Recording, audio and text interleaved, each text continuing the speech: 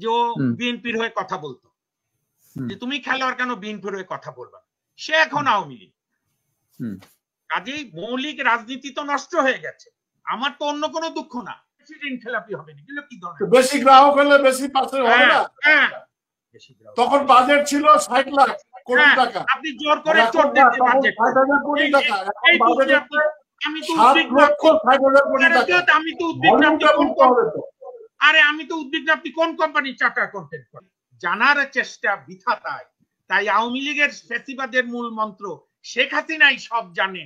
ওই জন্য স্বাস্থ্যমন্ত্রী বলে সুন্নতে খতনার ব্যাপারেও মাননীয় প্রধানমন্ত্রী বলেছে জিরো টলারেন্স। আপনি মন্ত্রী আছেন কেন?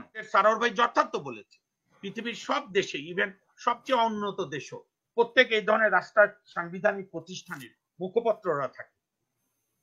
যতক্ষণ সাংবাদিকদের মনের প্রশ্ন দূর, মানে প্রশ্নের উত্তর না পাবে, তারা উত্তর দিতে বাধ্য।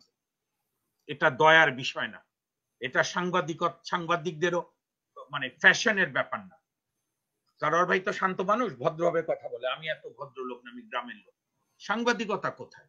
বাংলাদেশে যদি ন্যূনতম অন্তত এরশাদের আমলে বেগম খালেদা জিয়ার 91 থেকে 96, শেখ হাসিনার 96 থেকে 2001, মনোযোগ দিয়ে সবাই শুনেন, উল্টা বুঝবেন না। বেগম জিয়ার 2001 থেকে 2006 পর্যন্ত যেটুকু সাংবাদিকতা ছিল, সেটুকু থাকলেও তো আপনাদের অনুষ্ঠান এত জনপ্রিয় হতো। এখন তো 35টা বিটিভি। ওই যে সারোয়ার ভাই বলেছেন ঠিকই, ওই পাশে যেরকম কি নাম বললেন সারোয়ার ভাই, নায়ক কি সোকল ফেরদৌস, হ্যাঁ, বিরাট নায়ক মাশরাফি বাহিনী সমক, আবার দেখবেন বিএনপি ইভেন সালাউদ্দিন বাপু এটা ধ্বংস করে দিয়েছে।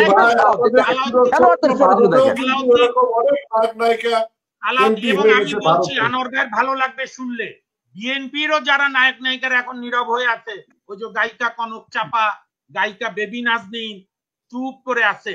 যখন আবার দিন আসবে, যদি ক্ষমতায় আসে বিএনপি, তখন দেখবেন যে জিয়া রহমান না আসলে দেশ, বেগম জিয়া ক্ষমতায় না আসলে, তারেক রহমান লন্ডন থেকে দায়িত্ব না নিলে আমাদের বাংলাদেশে কিছুই হতো। সারোয়ার ভাই ঢাকা বিশ্ববিদ্যালয়ে আরো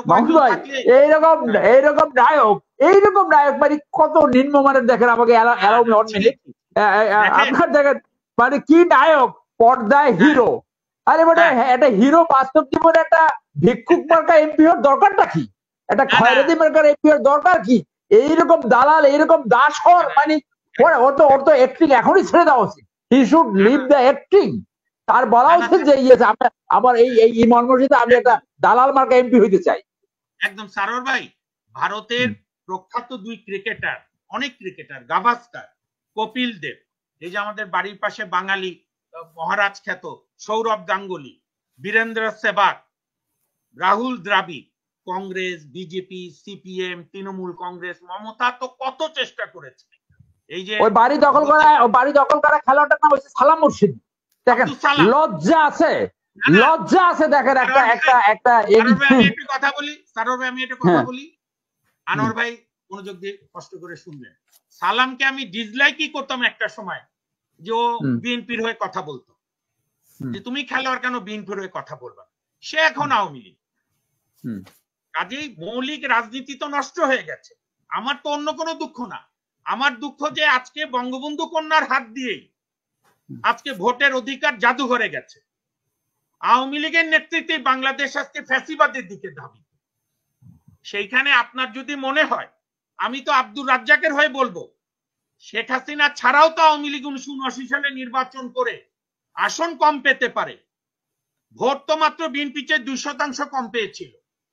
সুতরাং এইটা না, এই দুই পরিবারতন্ত্র, এই পরিবারতন্ত্র হচ্ছে আমাদের রাজনীতিতে অভিশাপ।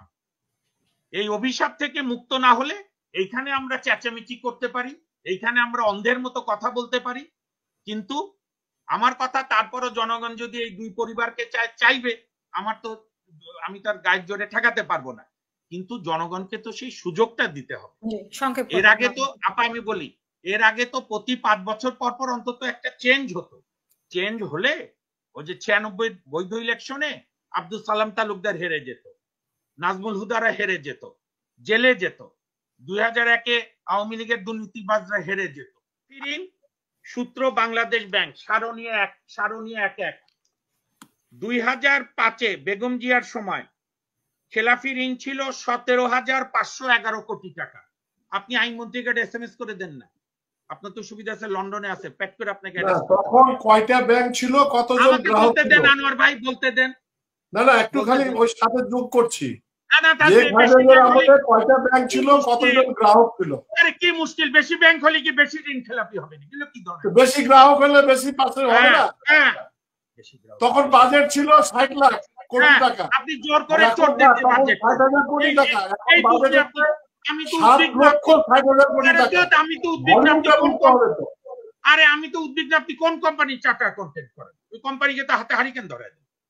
2022 সালে 1,34,396 কোটি টাকা। বলেন আনিসুল্লাহকে SMS করেন। মিথ্যা কথা, জাতিকে প্রতারণা করার। এবং বাংলাদেশ ব্যাংকে আজকে প্রায় 20 থেকে 25টা ব্যাংক চেষ্টা করছে বড় ব্যাংকের সঙ্গে মার্জ করার। কেন মার্জ করছে? কেন বিডিবির সঙ্গে অনেক ব্যাংক যাচ্ছে? কেন সোনালী ব্যাংক, জনতা ব্যাংক, অগ্রণী ব্যাংক? এই